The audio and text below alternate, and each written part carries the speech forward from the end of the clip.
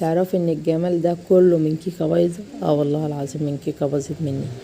كيكه عندي مثلا اتحرقت، باظت، اي كيكه عندك او اي فوائد عندك من الكيكه تقدري تعملي بيها الجمال ده.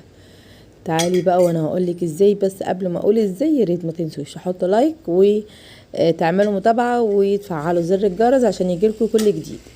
يلا بقى بينا نبدا نعمل الجمال ده كله. اول حاجه انا عندي كيكه زي ما انتوا شايفين كده، لقيتها اتلسعت من تحت. طبعا مسكتها قطعتها حتت زي ما انتوا شايفين كده، وهجيب الكبه وهبتدي ان انا احطها كده وهضربها. هضرب ده كله في الكبه كده واحده واحده، وزي ما انتوا شايفين هنعمها كده بالطريقه دي وهنزل بيها. هجيب اي بولة عندي واروح نازله بيها وهبتدي ان انا اعملها واحده واحده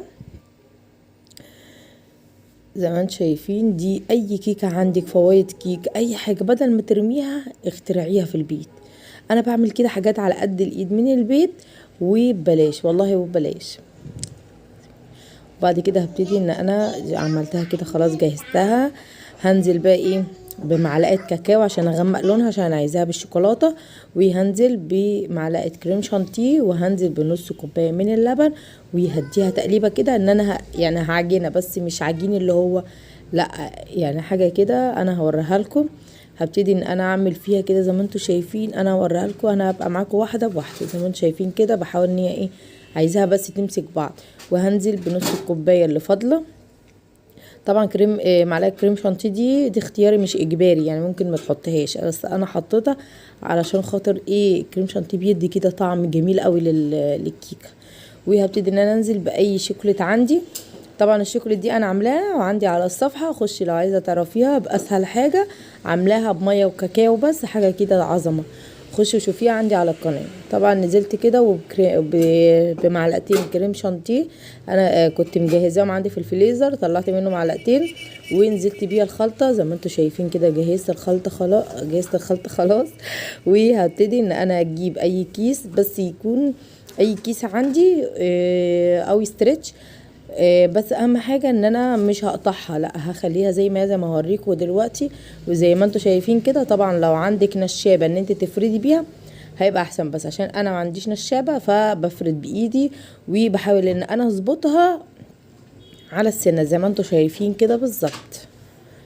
زي ما انت شفتوا كده انا كده خلصتها. هبتدي بقى ان انا اشيل من عليها الكيس وهظبطها واظبط الحروف بتاعتها. هبتدي ان انا اشيل الحروف دي اعمل بيها حاجه جامده دلوقتي، بس خليكم معايا لاخر الفيديو. ايه، هشيل الحروف دي كده، هنحتاجها في حاجه تانية نركنها على جنب. وهنبتدي ان احنا نظبط الكيكه بتاعتنا. طبعا الكيكه دي هتجيبي زي شفتي الكيكه الهوز اللي بره دي، دي هتطلع عامله زيها بالظبط ونفس الطعم، بس احلى احلى بكتير قوي. جربيها مش هتندمي. لو عندك كيكه اوعي ترميها، اوعي ترميها، اوعي ترمي اي حاجه من بيتك. طبعا انا كده ظبطتها خلاص.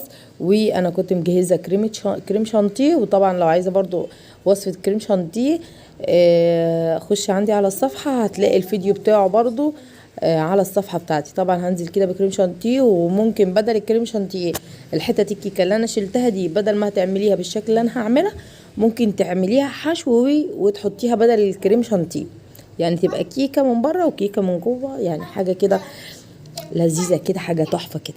ونزلت بمعلقتين شوكليت برضو عليها. وهبتدي ان انا الفها. ما تخافيش ان هي تتهري منك او تتكسر او اي حاجه، ما تخافيش من ده كله. هنظبطها وخليكي ماشيه معايا واحده واحده على المقادير والحاجه اللي انا قلتها. حاجه كده جميله. طبعا انت شايفه ان فيها تشققات، ما تخافيش من اي حاجه من دي خالص، بس هتطلع معاكي قسما بالله حاجه كده جامده.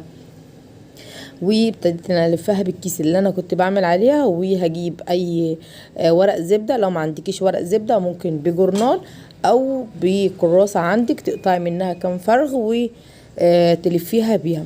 طبعا هلفها بالشكل اللي انتوا شفتوه ده، وهحطها في الفريزر لمدة ساعة او 2. ولو تقدري تسيبيها اكتر من كده كمان، يعني ممكن تعمليها من بالليل وتحطيها في الفريزر وتقومي تجهزيها الصبح على طول. وطبعا انا كده بقى هحطها في الفريزر زي ما قلت لكم. وهبتدي ان انا كده بقى ايه، طلعتها من الفريزر وهفكها. طبعا ماسكه نفسها، ولا بتتفرول ولا بتتفك ولا اي حاجه. انا بفك الكيس قدامكم اهو، بفك كل حاجه من عليها وطبعا زي ما انتوا شايفين كده ما تخافوش من اي حاجه، بقدر اتحكم فيها جدا وامسكها بايدي وكل حاجه. انا بحب اكتر الحاجه اعملها بايدي. زي ما انتم شايفين كده بقى هجيب كريم شانتيه عندي اللي انا قلت لكم ان انا مجهزاه، وهبتدي ان انا انزل بيها كده، احاول ان انا اظبطها زي ما انتوا هتشوفوا دلوقتي. هتجيبي اي كيس، طبعا انا جبت كيس وعملت، بس لقيته ان هو ما ينفعش، يعني ما ينفعش كيس معايا، فرحت جايبه المعلقه وظبطتها زي ما انتوا شفتوا، وجبت الشبكه وهحطها على صينيه وهروح شايلها حطها. طبعا انا قلت لكم ان انا بعرف اتحكم فيها جدا واعرف اتحكم بيها في ايدي علشان هي ماسكه نفسها جامد. وزي ما انتم شايفين كده انا حطيتها على الشبكه، وهبتدي ان انا انزل بالشوكليت عليها. وزي ما انتم شايفين كده حاجه كده يعني فاخر من الاخر زي ما بيقولوا. وطبعا دي الحتت اللي فاضله اللي انا شلتها قدامكم، قلت لكم ايه هنحتاجها في الاخر. طبعا دي بقى كل الحاجه اللي انا بعملها دي تنفع في عيد الميلاد، في مثلا عيد جوازك او اي حاجه او راس السنه، تقدر ان انت تعمليها حاجه سهله كده وبسيطه زي ما انت شايفه كده.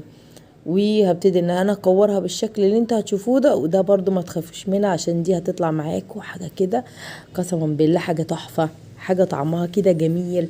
سيبك من اللي بره، دي حاجه انت عاملاها في البيت ومضمونه. دي طبعا شوكليت من عند العطار، دي حاجه جميله جدا والله العظيم يا بنات، ب 30 جنيه. الكيس الشوكليت دي كلها 30 جنيه من عند العطار، وفي ارخص منها كمان، بس انا لقيت دي ولقيت نوعها حلو وجميله جدا. وهبتدي بقى ان انا اعملها على بخار، يعني المية دي انا جايباها مغلية وحاطة فيها اي بولة بلاستيك عندك تروح حاطة فيها اي بولة عامة. طبعا انا جيت اعمل باسمها اسمها ايه المضرب، لقيته ما ينفعش فقلت اعمل بالمعلقه. زي ما انتم شايفين كده الميه سخنه والشوكليت هتتفك معايا بكل سهوله. طبعا ما تفكتش معاكي خديها وروحي على النار سخني الميه قوي، وهي معاكي هتلاقيها برضو دابت معاكي وحاجه كده عظمه. زي ما انتم شايفين كده انا دوبتش الكيس كله، انا حطيت يعتبر حطيت دون حوالي 4 وحدات على ما اتذكر ان هي 4 وحدات. زي ما انتم شايفين كده عملت كمية حلوة ان انا هعرف اتحكم فيها. زي ما انتم شايفين كده انا خلصتها، ابتدي ان انا افضيها بقى في الطبق عشان خاطر هستعملها دلوقتي. واهي انا بوريكم بس السمك بتاعها ما يكونش خفيف قوي وما يكونش تقيل برضو. وهبتدي ان انا افرد اي حتة ورقة زبدة كده لقيتها فاضلة عندي، قلت لما افرد بيها. وهبتدي ان انا امشي كده، انا قلت لكم انا بحب اعمل كل حاجه بايدي، انا بحب اتحكم. طبعا لو عندك خلة سنان تقدر ان انت تدهني خلة السنان من الشوكليت وتروحي حطها فيها، مش هتطلع منها ولا اي حاجه، تعرفي تتحكمي فيها برضه. زي ما انت شايفه كده انا عملتها الكميه كلها خلاص كده جهزتها. وزي ما انتم شايفين كده هي اساسا نشفت، يعني في ثانيه الهواء اول ما جه عليها طبعا مسكت نفسها على طول. هبتدي بقى ان انا ادخلها بس في الفريزر تقعد مثلا حوالي 10 دقايق او نص ساعه، برضه عايزه تسيبها في الفريزر ما تقدري تتحكمي فيها برضه، ما فيش اي حاجه تقدري ان انت تسيبيها عادي. طبعا هبتدي ان انا الحته اللي تحت اللي انا كنت حاطه عليها الشوكليت كده عشان اعرف يعني اخلي شكلها حلو، اروح شايله الحته دي عشان تبقى مدوره كلها تبقى مدوره. وهبتدي ان انا اعملها بالشكل اللي انتوا هتشوفوه ده كده دلوقتي اهي خلاص كده انا كده ظبطتهم كلهم. وهركن الشوكليت اللي فاضل على جنب، وهبتدي ان انا خلاص كده طلعتها من الفريزر، وهبتدي ان انا ارصها بالشكل اللي انتوا هتشوفوه ده. واي بقى شوكليت عندك اي شكل اي شكل كده تحبيه، انا حطيت ممكن تحطي شوكليت ابيض، بس انا المتوفر عندي هو الشوكليت البني، فعملتها بالشكل اللي انتوا هتشوفوه ده. وكان عندي شوية شوكليت من الملون ده حاجة برضو جميلة. جبت برضو كريم شانتيه قلت اعمل اي شكل كده. حطيت، انت عايزه تحطي الكريم شانتيه زي ما انا حطيت حطيه، مش عايزه خلاص براحتك. انا قلت بس كشكل عشان عندي اطفال بيحبوا الحاجات دي جدا. وطبعا حطيت عليها الشوكولات الملون ده، حاجه كده جميله. تروحي بس عند العطار ب5 جنيه شوكولات ملون هيديكي والله ب5 جنيه. وزي ما انتوا شايفين كده الشكل النهائي حاجه كده عظمه، وتقدري تقطعيها قطع صغننه قطع كبيره، اللي انت عايزاه يكفي اكتر من كتير قوي، يكفي ناس كتير قوي. انا معرفش قد ايه بالظبط بس هو يكفي ناس كتير. طبعا زي ما انتوا شايفين محشيه جوه كريمه وشوكليت، حاجه كده جميله اهي. شايفين العظمه؟ قسما بالله عظمه وطعم وجمال، والله العظيم ما في بعد كده.